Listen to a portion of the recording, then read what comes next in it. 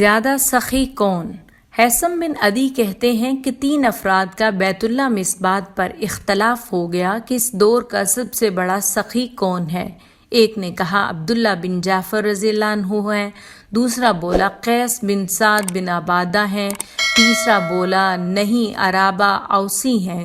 گفتگو نے طول کھینچا، ہر ایک اپنے اپنے حق میں دلائل دے رہا تھا، حتیٰ کہ آوازیں بلند ہونا شروع ہو گئی، کچھ لوگ بھی اکٹھے ہو گئے۔ ان میں سے ایک شخص بولا بھائیو کیوں لڑائی کرتے ہو؟ ایسا کرو کہ ہر شخص اپنے اپنے پسندیدہ شخص کے پاس چلا جائے، اس سے کچھ مانگے اور جو کچھ ملے وہ آ کر یہاں بتا دے، پھر اس بات کا جائزہ لے لیتے ہیں کہ بڑا سخی کون ہے۔ عبداللہ بن جعفر رضی اللہ عنہ کا عقیدت مند ان کے گھر گیا اور ان سے کہا کہ اللہ کے رسول صلی اللہ علیہ وسلم کے بھتیجے، میں مسافر ہوں اور زاد راہ ختم ہے، مدد کا طلبگار ہوں۔ عبداللہ بن جعفر رضی اللہ عنہ اس وقت گھوڑے پر سوار کہیں جانے کے لیے تیار تھے۔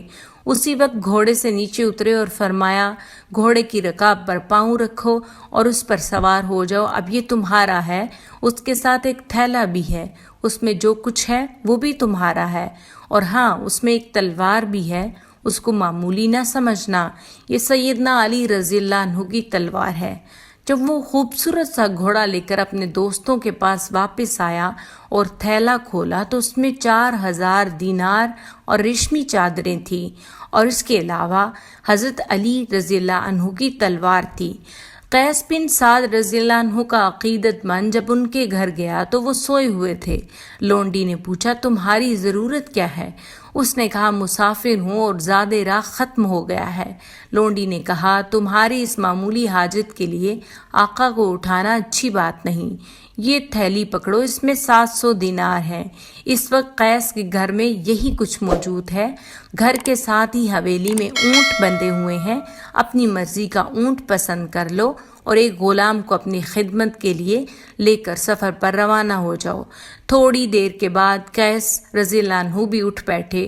لونڈی نے ان سے قصہ بیان کیا، کہنے لگے بہتر تھا کہ مجھے اٹھا لیتی اور میں خود اس کی حاجت پوری کرتا، نامعلوم تم نے جو کچھ اسے دیا ہے اس کی ضرورت کے مطابق بھی ہے یا نہیں، تاہم تم نے جو اچھا کام کیا ہے اس کے بدلے میں تم کو آزاد کرتا ہوں۔ ادھر عرابہ اوسی کا عقیدت مند بھی ان کے گھر جا پہنچا۔ اس وقت نماز کا وقت ہو چکا تھا، عرابہ بوڑھے تھے اور نابینا ہو چکے تھے، نماز کے لیے گھر سے نکل رہے تھے۔ 2 غلاموں کے کندھوں پر ہاتھ رکھے ہوئے آہستہ آہستہ چلتے ہوئے مسجد کی طرف رخ کیے ہوئے تھے۔ اس آدمی نے کہا اے عرابہ میری بات سنیں گے؟